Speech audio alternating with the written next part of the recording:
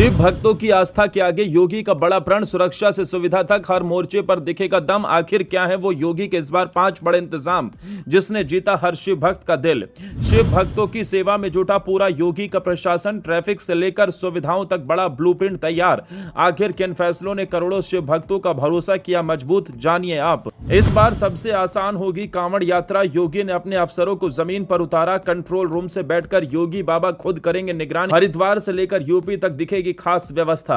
जिस राज्य में आस्था का सम्मान होता है वहां व्यवस्था भी उतनी ही मजबूत दिखाई देती है। शायद यही तस्वीर इस बार उत्तर प्रदेश में देखने को मिल रही है, क्योंकि सावन शुरू होने वाला है। लाखों शिव भक्त गंगा जल लेने हरिद्वार की ओर निकलेंगे और फिर अपने अपने शिवालयों तक जलाभिषेक करेंगे, जिसके लिए इस बार सुरक्षा और सुविधाओं का ऐसा इंतजाम किया जा रहा है कि कांवड़ यात्रा पहले से ज्यादा आसान और व्यवस्थित दिखाई दे। योगी सरकार ने साफ कर दिया है कि करोड़ों श्रद्धालुओं की आस्था का पूरा सम्मान किया जाएगा और यात्रा के दौरान किसी भी तरह की परेशानी नहीं होने दी जाएगी। यही वजह है कि इस बार तैयारियां सिर्फ कागजों तक सीमित नहीं, बल्कि सड़क से लेकर बसों तक और कंट्रोल रूम से लेकर ट्रैफिक व्यवस्था तक हर जगह बड़े स्तर पर की गई है। आइए आपको बताते हैं वो 5 बड़े कदम जिनकी सबसे ज्यादा चर्चा हो रही है।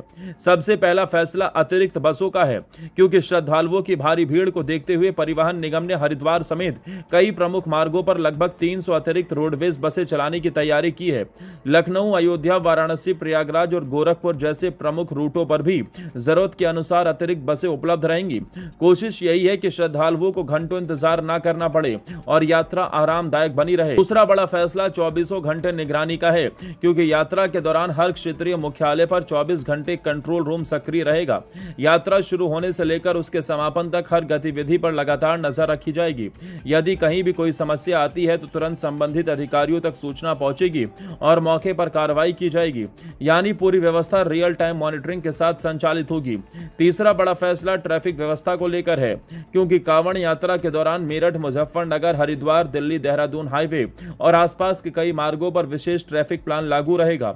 भारी वाहनों के लिए अलग रास्ते तय किए गए हैं, कई मार्गों पर डायवर्जन रहेगा और जरूरत के अनुसार यातायात व्यवस्था में बदलाव किया जाएगा। मकसद सिर्फ इतना है कि श्रद्धालुओं की यात्रा भी सुरक्षित रहे और आम लोगों को भी कम से कम परेशानी हो। चौथा बड़ा फैसला सुरक्षा व्यवस्था को और मजबूत बनाने का है, जिसके लिए परिवहन विभाग ने सभी बस चालकों का ब्रीथ एनालाइजर टेस्ट अनिवार्य किया है। बसों की रफ्तार तय सीमा के भीतर रखने के निर्देश दिए गए हैं। जिला प्रशासन, पुलिस और परिवहन विभाग मिलकर पूरे यात्रा मार्ग पर लगातार समन्वय बनाए रखेंगे, ताकि किसी भी तरह की लापरवाही की गुंजाइश न रहे और यात्रा शांतिपूर्ण तरीके से पूरी हो सके। पांचवा और सबसे अहम फैसला श्रद्धालुओं की सुविधा को लेकर है, क्योंकि कांवड़ मार्ग पर स्थित बस स्टेशनों और प्रमुख पड़ावों पर पीने के पानी, साफ शौचालय, बैठने की व्यवस्था, पूछताछ केंद्र, लाउड स्पीकर से सूचना और खान पान जैसी मूलभूत सुविधाएं उपलब्ध कराने के निर्देश दिए गए हैं।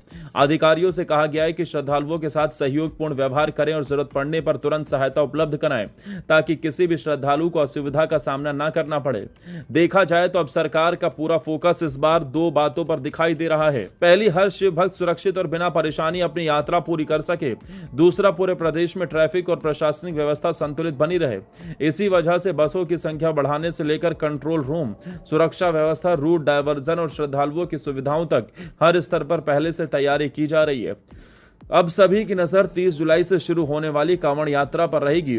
ये देखने वाली बात होगी कि जमीन पर ये व्यवस्थाएं कितनी प्रभावी साबित होगी। लेकिन इतना तय है कि इस बार प्रशासन ने यात्रा को व्यवस्थित, सुरक्षित और सुविधाजनक बनाने के लिए व्यापक तैयारियों का खाका पहले से तैयार कर लिया है।